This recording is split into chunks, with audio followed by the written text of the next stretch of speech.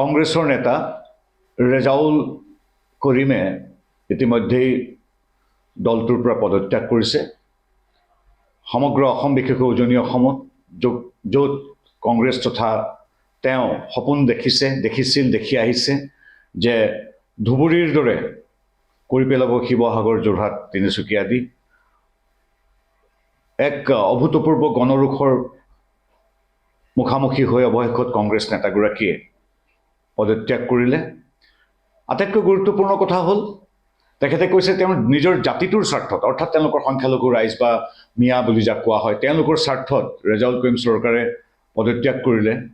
কিন্তু ৰেজাউল কৰিম চৰকাৰক কংগ্ৰেছে বৰখাস্ত কৰিবলৈ সাহস নকৰিলে। আটাইতকৈ গুৰুত্বপূৰ্ণ কথা এইটোহে, নিজৰ জাতিটোৰ স্বাৰ্থত, নিজৰ মিয়া মানুহখিনিৰ স্বাৰ্থত ৰেজাউল কৰিমে পদত্যাগ কৰিলে, কিন্তু কংগ্ৰেছে মিয়াৰ ভোট যাতে তেওঁলোকৰ ভোট বেংক অক্ষুণ্ণ থাকে সেই ভয়তেই তেওঁলোকে কিন্তু ৰেজাউল কৰিমক কাৰণ দৰ্শাবলৈ বা পদত্যাগ কৰিবলৈ বাধ্য নকৰিব নোৱাৰিলে বা তেওঁলোকে বৰখাস্ত নকৰিলে। আটাইতকৈ গুৰুত্বপূৰ্ণ কথা এইটোৱেই, ৰেজাউল কৰিমে নিজেই গণৰোষৰ ভয়ত তেওঁ নিজে আঁতৰিবলগীয়া হ'ল।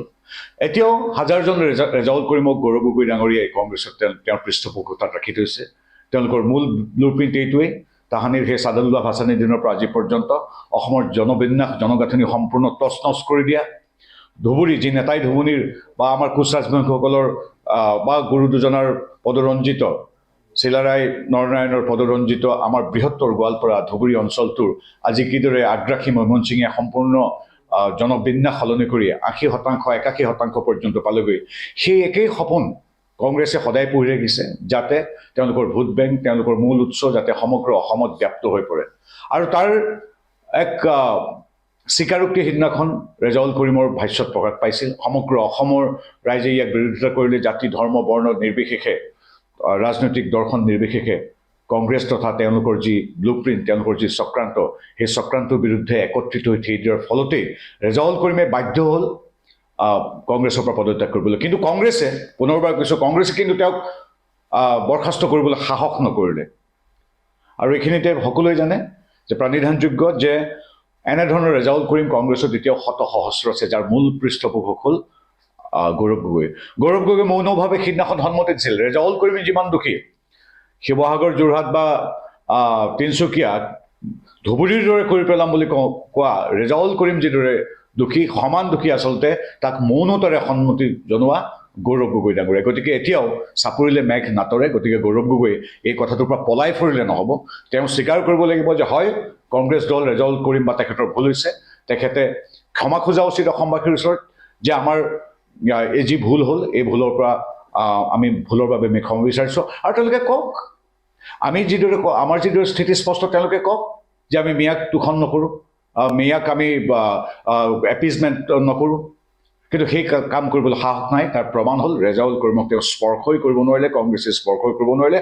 বৰঞ্চ ৰেজাউল কৰিমহে নিজৰ জাতি অৰ্থাৎ মিয়াৰ প্ৰতি তেখেতে সন্মান জনাই তেখেতে পদত্যাগ কৰিলে। গতিকে পুনৰবাৰ আমি কৈছোঁ যে কংগ্ৰেছে স্বীকাৰ কৰক তেওঁলোকৰ ভুল হৈছিল, তেওঁলোকে স্বীকাৰ কৰক যে আমাৰ যি চক্ৰান্ত, আমাৰ যি ব্লুপ্ৰিণ্ট, সেয়া আমাৰ ধৰা পৰি গ'ল, যে আমি উজনি অসমখনক এতিয়া ধুবুৰীৰ দৰে কৰিব বিচাৰিছোঁ। গতিকে এই বিহুৰ দিনা পুনৰবাৰ কংগ্ৰেছ তথা গৌৰৱ গগৈ ডাঙৰীয়াক ক'ব বিচাৰিছোঁ যে আপোনালোকে এতিয়াও সময় আছে, ক্ষমা খোজক। আপোনালোকৰ চৰিত্ৰ উন্মোচন হৈ গ'ল, হয়তো জনতা জনাৰ্দনে আপোনালোকক ক্ষমা কৰি দিব পাৰে। সেইখিনি ক'বলগীয়া আছে।